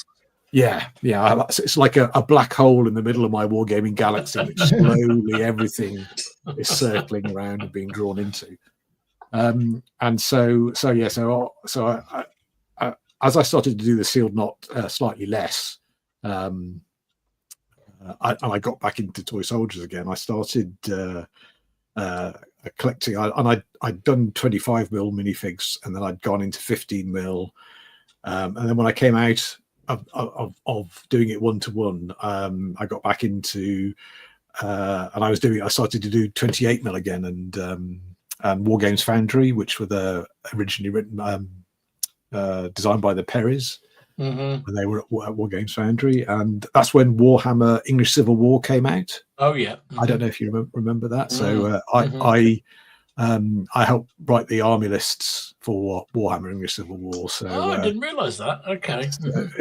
If some people have noticed over the years that they were a little bit biased towards the Royalists, but, luckily at the time there wasn't a lot of detailed analysis and not enough people on the internet to spot that I'd rigged the army lists. But yeah, so I got Warhammer English Civil War 28mm sort of thing. So that got me into that. And while researching the army lists, I didn't know that much about about Montrose's army, and so I had to go off and do a whole bunch of research to learn about Montrose and the Scots Royalists. Yeah. And it's also coincided with some holidays in the Hebrides as well. And so then, at the centre of my 17th century black hole, there's a sort of a neutron star or whatever. That's Montrose and Scottish Highlanders in the 17th century. And then one particular character which I'd never heard of was Alistair MacDonald, who was basically Montrose's right hand man. McCullough, he was sort of became known as, and McCullough the Devastator, or depending on how you translate it, it may be just McCullough the Destroyer of Houses, but McCulloch the Devastator sounds much more exciting. So there he is leading his troops forward. So he's the general on foot there, the Highland general. So he is the epitome of a Highland hero. You know, he was supposedly sort of 7 feet tall. You know, as a teenager, he wrestled bulls, and you know, in some of the sort of perhaps less historical accounts, you know, he had a huge claymore, which to add extra weight to the swing, it had a sliding weight on the claymore, which I've tried to model on that. So that so he was supposedly had this, and there's some legend in Ireland about where his sword ended up and stuff. So he is an amazing character, and so there's a fantastic biography written about him by David Stevenson, which goes through his whole life. So he's a fascinating character. And so doing Montrose and McCulloch. Did you so leap over huts in a single bound? Yes, almost certainly. Yes, everything that's written about any Irish or Scottish hero, you'll find a story about McCulloch. About McCulloch doing it. So I wanted to do both sides, and I wanted to have lots of Highlanders. So in researching, I found that Montrose had this year of miracles, and he sort of, there's half a dozen battles that he fought and won every one until the last one. But Inverlochy is one of the smaller battles, but there's lots of Highlanders on both sides. So it's MacDonald's really versus Campbell's, and so you've got the evil Argyle, the chief of Clan Campbell, on one side, and you've got Montrose and McCulloch on the other, and McCulloch and the Campbell, Argyle, really hate one another with an absolute passion.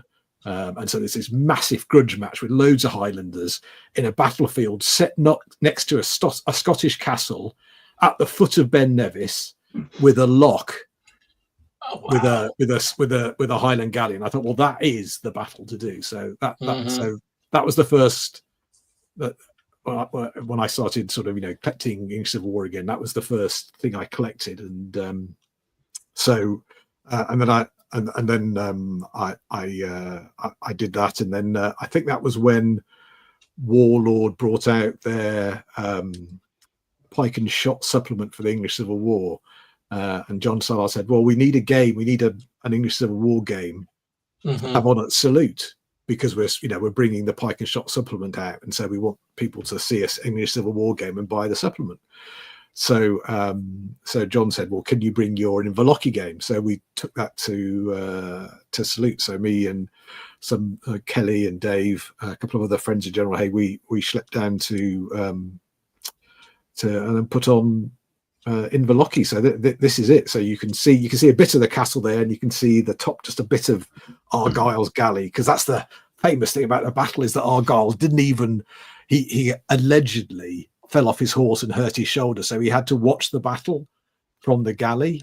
So there's the galley. So as his clansmen at the end of the battle were being cut to ribbons by the royalist Highlanders, he just sort of weighed anchor and slowly drifted down the loch and left his men. So he basically broke his reputation, really, this battle. But so this is a lovely battle to do. And it's actually quite difficult to win as a royalist. I keep having to make the royalists even better and even better, because they're very much outnumbered. You can't really see from this picture, but they're massively outnumbered at the battle. So you have to sort of really up the stats for the royalists to give them a chance of winning. Give them the quality rather than quality rather than quantity. So I'd done this battle, and it was like, well, okay, so what are you going to do next? And as you say, it is a challenge doing both sides. Yeah. So I then thought, well, I've got quite a lot of Scottish Highlanders now, and I've got some sort of lowland foot as well. And then you sort of, I've read sort of lots of things. You thought, well, actually, the English started fought the Scots Covenanters in after the First Civil War. You then the Scots in effect changed sides. They don't like the fact that Parliament's cut the king's head off, who was also the Scottish king. So they changed sides, and so there's some battles where you've got the new model army fighting the Scots, and I was like, well, so if all I'd have to do is paint one new model army and then reuse my Inverlochy army, and now I'd have the two sides again. So for one army, I've now got both sides again. So I did Inverkeithing, which is a lesser known battle.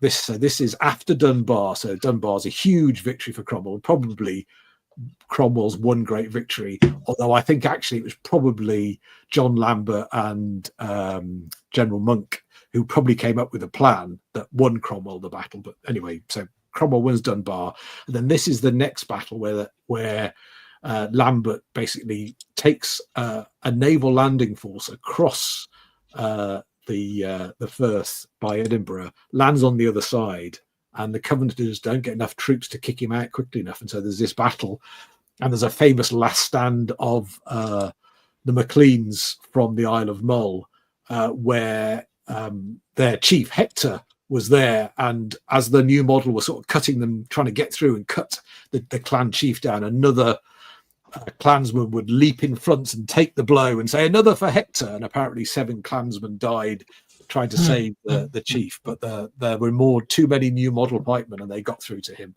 in the end. But that's another for Hector is still one of the Maclean battle cries. Nice. So nice. So that was Inverkeithing. So I only had to paint one army really to be able to then have both armies for that. So then it was like, well, you've got some English troops now, and you've got some Scottish troops. I can feel where this is going. So it's like, well, and then somebody said, well, have you ever thought of doing the 30 Years' War? And I was like, well, I've heard about it, because every book on the English Civil War, that the first chapter will tell you about, in the 17th century, this is how people fought, and Gustavus Adolphus. And so I knew the name Gustavus Adolphus, the King of Sweden, and how he'd invented all these things, and how lots of English Civil War generals had fought in the 30 Years' War. But I'd never read anything about it. So I said, oh, well, I wonder if I could reuse some of my troops for the 30 Years' War. And so then somebody said, oh, let's do the Battle of Lutzen, which is the battle where Gustav Adolf, the Swedish king, dies. And so that was then another rabbit hole down. And so then, a bunch of us started painting armies, and we reused a lot of people's English Civil War collections. And, Charles, one of the friends of General Hagie, you might have met him on Saturday. He was at Warfare. He painted up loads and loads of flags, 30 Years' War flags.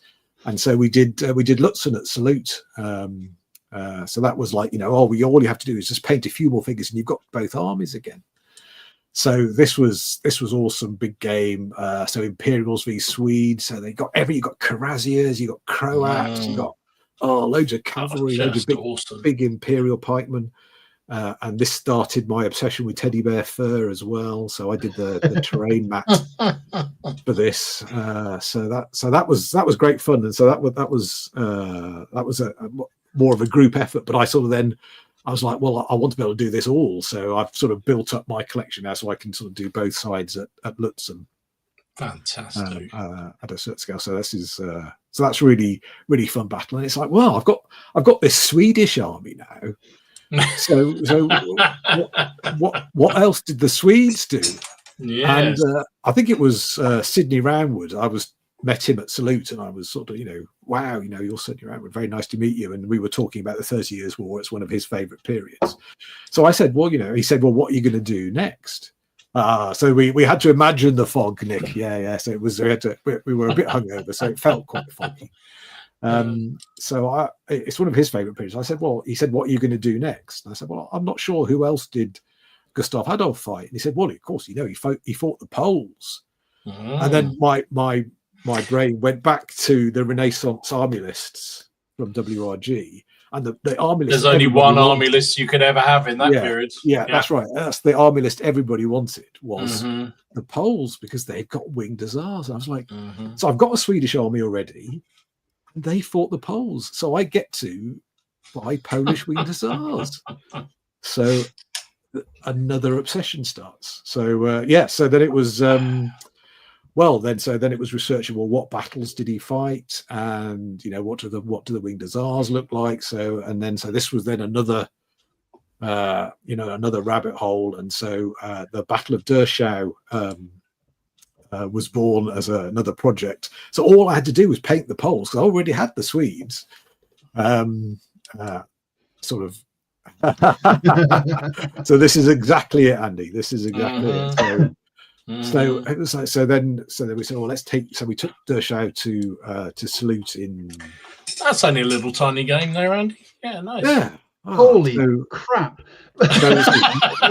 More teddy bear fur and stuff. So this was, but you say, oh, this is nothing, because on the table next to it was Simon Miller with enormous, 3 times the length of this, with 4 times the number of figures on it. So I was putting this up, and I was saying to Simon, well, this is a skirmish, really, isn't it? And he was sort of like, yeah, you're going to have to paint more figures, Andy. I was like, yeah, I think you're right. There you go. Benjamin's got the next one sorted out. This is it. So, with the Danes, you say? Yeah, this is it, Benjamin. So it's you down this rabbit hole. So, of course, I've got a Polish army, and it's like, well, people say, well, what are you going to do next? And you think, well, I wonder who else the Poles fought. And then it's like, well, who else did the Poles fought? The Ottomans. And then you start thinking, there's the and there you are where we started. Yeah. Yes. And so well, I only have to paint one army though, because I've already got the Poles. So it's already, the project's already half there. And so, so I fear that this could go on for some time. But yeah, so the latest project is, obviously I've got the Poles. All I need to do is the Ottomans. And then the battle I picked is a battle called Hottin in 1621. There is obviously a Hellion book by the fabulous Michael Paradowski, has written a whole book about that campaign and the battles over a whole month. The Ottomans desperately trying to storm and defeat a smaller Polish force which is dug in, and they've got winged hussars who are sort of like issuing out from the fortifications to defeat the Janissaries, and they've got Cossacks coming out their rears, and there's Tartars fighting for the Ottomans. So fabulous battle. So so that's the current obsession. And then I'm already thinking, well, the Ottomans fought the Muscovites. What is a man to do this? Yeah, you can't resist this kind of thing. No. So I guess the sort of moral of the story is that although I'm saying you need 2 armies, is if you have this sort of if you have a period obsession, then you just need to do one more, and then you've got a new battle, you've got a new project, and one more army, and then you can do a new battle. So it's if I could bottle it, it'd be great, wouldn't it? But so this is my Inverlochy to Istanbul obsession. That is fantastic. I absolutely love it. And it's always 28mm, right? It's nothing that you would ever think of doing 15 or no. So I've got 10mm figures, I've got 6mm figures. I did 15mm for ages, but as I said, I'm a really slow painter. I was painting, 15mm at one point. I was thinking, I'm taking so long to do this, and I'm shading the 50. Might as well paint a 28mm figure. So I was like, well, I'll paint the 28mm. So all scales are great, but it's just something for me. I just love that, just over an inch high. It's a proper toy soldier, isn't it? It's just Andy, one of the things I've always found synonymous with your painting is the color yellow. You paint a lot of yellow, and you paint it ridiculously well. I was terrified by yellow. And I can't do it. So Gustav Adolf, his sort of his guard regiment was the Yellow Regiment. And they're one of the last things I painted in my Swedish army, because I was just terrified of doing yellow. But in the end, really, it was Duncan Rhodes. It was 2 thin coats. It was like, yellow is never going to go on in one go. And it was that. It was. It's obvious really is that you paint on and it looks awful, but you've got to let it dry before you put the next coat on. And that was. So sorry, Ken. It's 2 thin coats. Was what worked for me. Now, like I say, whenever you post your stuff up, especially like the 30 Years War stuff, Yeah, lots of yellow, lots and lots of yellow, lots of buffs and browns. I've got a huge collection of browns, which is great, but it's not very helpful for the Ottomans. So I've had to buy turquoise and orange and purples and pinks. Frank says paint them pink. Yeah, I've heard that. Yellow. Pink is a really good undercoat for yellow. Yeah. I did not know that. I did a brown undercoat and then many layers of yellow. I did try the pink, but I think a lot of painting is, I mean, certainly with my painting, is there's an ugly stage that figures go through, isn't there? Yeah. Like when you've just put the base coat, you look at it and go, oh my goodness, this is such a mess. Yeah. And it's almost can you keep going through the ugly stage to get to the to get to the pretty stage. I think that's half the challenge, because you can look at it and think, my God, they look shocking. Yeah. But you know, having painted them before, they're a couple of days' time, they're not going to look like that. But while they look like that now, you're not going to be happy with them. I've just finished painting these 5 Vikings, basically base coating. Yeah. No washes, and they don't look ugly, but they don't look great. But I know that applying the washes and doing that, so it's definitely it's definitely a psychological thing. But that's the thing you learn as well, isn't it? When you're painting, when you start out painting, when you're young and what have you, just slapping the paint on, you do them and you think, oh, that looks rubbish. But it's the bit after you've done all that, that actually you suddenly think, if I spend a little bit more time on the faces, if I spend a little bit of time putting the edging on some cloaks or whatever, then it just that little bit more moves them up that level. Yeah, that's right. It's true. James wants to know, have you done Brandenburg Prussia yet? I haven't, but people keep tempting me. I'd look Danes, somebody mentioned Danes, and there's all sorts of these Bohemian states and all sorts of interesting things. And there's the French and the Spanish, in the 30 Years' War, and there's those lovely 1898 miniature figures. Oh, can you keep going until you hit oh yes, I mean after the Ottomans fought the Safavid Persians, and I'm lucky in that there isn't a great range of Safavids in 28mm at the moment, so that might make me go up to Muscovites next. Yeah, one day there'll be flesh undercoat for yellow works well. Oh right, yeah, I can see that. Well, it's got that pinky colour, hasn't it? So I guess if you're saying pink does, it'd be interesting. Yeah. You see, you're just selling me more paint. Battle of the Dunes. Yeah, Battle of the Dunes. Okay. Yeah. Oh, yes. Yeah. So slightly. So that's got the new model army in it as well, and it's got Charles II and his brother James at it, and so that's a great battle. Well, I was saying the other week, reading up on one of these dodgy videos that you watch, not those sort of dodgy videos, but ones with history in them where you read them, and it was about the Ottoman Portuguese War, and it was right. That's just, there you go. There's another can of worms. They fought over around sort of India between the two of them. Right. But initially, it was the Mamluks. And then when the Mamluks were kicked into touch by the Ottomans, the Ottomans then carried on fighting the Portuguese. And that just absolutely, that just caught my excitement. So that may be a thing at some point. Yeah. Knights of St. John in Malta, of course. I saw Benjamin's off to Malta next week. So that's a beautiful place. I've not been, but your pictures look very nice, Dom. Thank you. Oh, you remembered that? God, you have been watching my videos for a long time. That was a long time ago, that one. Well, it was your video. It was actually your videos where I discovered the PCP through, because I don't know, YouTube knows I'm obsessed with the 2 words pike and shot. And so it must have been one of your videos, and you were playing a game of pike and shot down your club, and so I was like, probably. Oh, he plays pike and shot, does he? Oh, I wonder what else he's done. And so then I went onto your channel, and that's how I discovered PCP. There's the slippery slope, and you've headed down it. Yeah, we don't do it very often, but we don't do as much as we should. I love pike and shot, and every time we play it, we have a fantastic game, and we go, we must do this again, and then it'll be another 6 months before we do it again. And I don't know why it is, but it just seems to be that way. Not because we don't like it, because we do. And And I really must get my 30-Year War epic stuff out again because I really enjoy playing that. And Tony down the club has been beavering away, producing loads of them as well. So we should have a massive game sometime. Right. We are heading towards the tail end of things. So let us do some viewers' pictures because I think we missed them last time. So reminder, if you're not a member of the Facebook page, why not?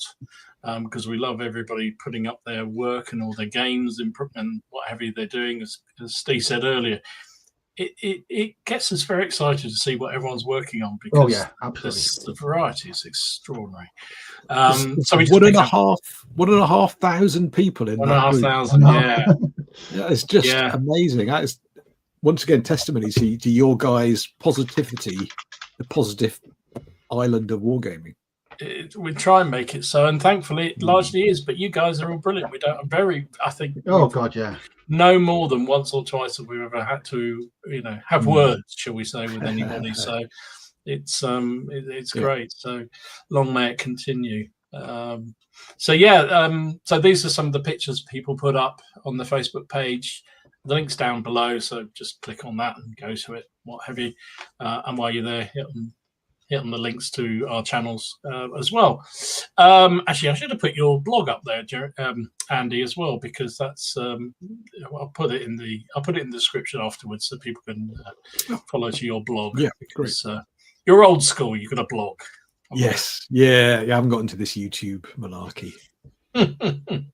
So first of all, actually, this picture came in direct to the PCP email. So if you're not on Facebook, some people aren't, I know, you can also send us pictures there. So Jeremy sent this one in. Nice. Ardennes, I guess. Very much so, I would guess. It's very nice. I actually really like the snow. I know Martin had a real snow addiction for a while, but going on about the different snows, but there's not a hint of the yellow that comes through off the glue. That's lovely. It looks crunchy as well. It does, doesn't it? It really does. And talking about some of the things people show in terms of just games as well. This was Dave's General D'Armée 2 battle that he was fighting out with some mates. That looks pretty good game on the way there. Looks like the French are about to lose in the peninsula. They always do, mate. They always do. Always going to. They're French, so what do you expect? I don't know what these are, but Lewis put them up. 8mm, something to do with Imperial Cathedral. I don't know. Whatever. It could be. Is it Legions Imperialis? I don't. Yeah, I think it was. He said it was 8mm. Would that be right? I think it is. They were the things I was painting last year and put away and never dug out again. Awesome. This is right up your street as well, Steve. Tony. Badges and boroughs. That's brilliant. That's a proper suave-looking fox, isn't he? I really must get back and do a few more of those. The face on that is amazing, isn't it? The eyes. God, I can't do eyes. I can't see eyes. Those miniatures, Andy. Mm-hmm. We've yet to meet anyone that buys a Burrows and Badgers miniature, paints it, and doesn't love it, and instantly wants to buy more. It's just some of the nicest metal figures available. Just bar none. Without doubt. Aled has been progressing with his 15mm British Airborne.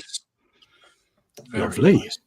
Love the canisters down there, the first aid canisters. That's a really nice touch. Really, really good. Nicely done, Aled. Duncan has been showed a number of pictures of his Kings of War game that was ongoing, which is good to see. Nice. Love to see mat battles as well. Yeah, that's a really good mat, isn't it? I think I might have that one. Just saying.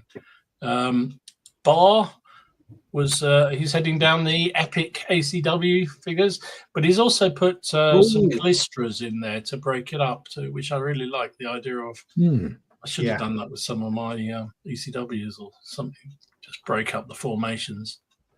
Really nice. Very good indeed. Yeah. Jonas has been inspired by Midgard, and this is his Bedivere lovely character. Look at that. That is awesome.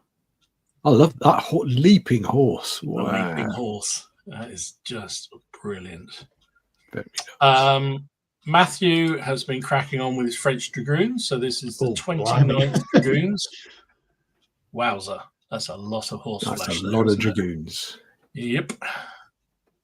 Lynn, I have no idea what that is, but that's mighty fine. I think that's a Night Lord Chaos Space Marine.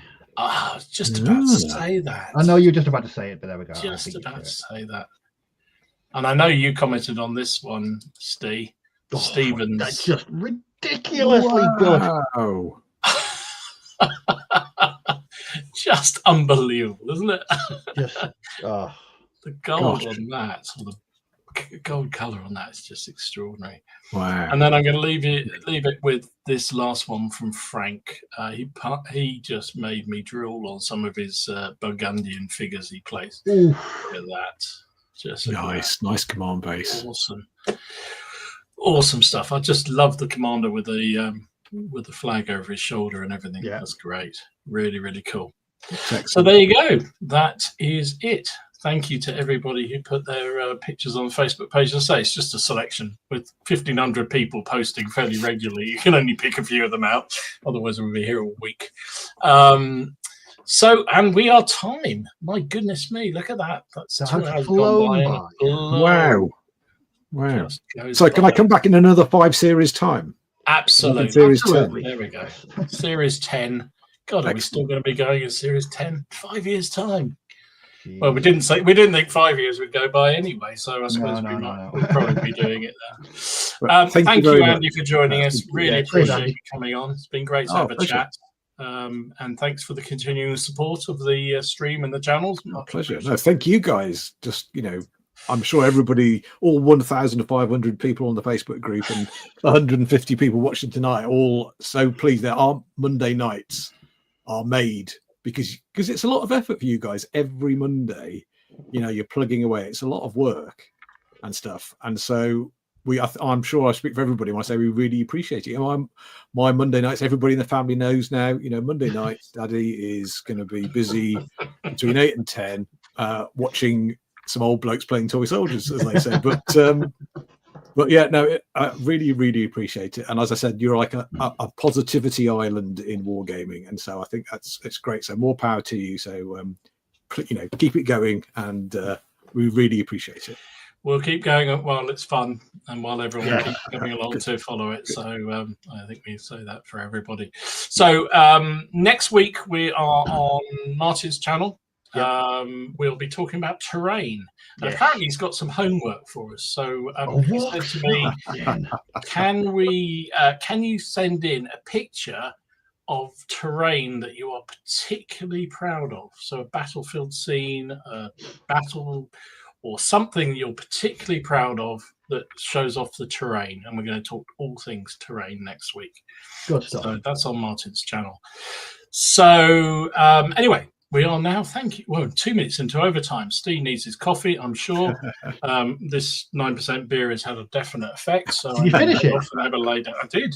I'm on the second one now. But this isn't 9%. I was going to say 2 9%. No, I'm not going to do 2 9% on a Monday night. Anyway, thank you, everybody, for joining us. Really appreciate it as ever. Thanks for spending your Monday nights with us. And we will see you next week on Martin's channel. Thanks very much. See you. Bye, everybody. Stay safe. Bye-bye.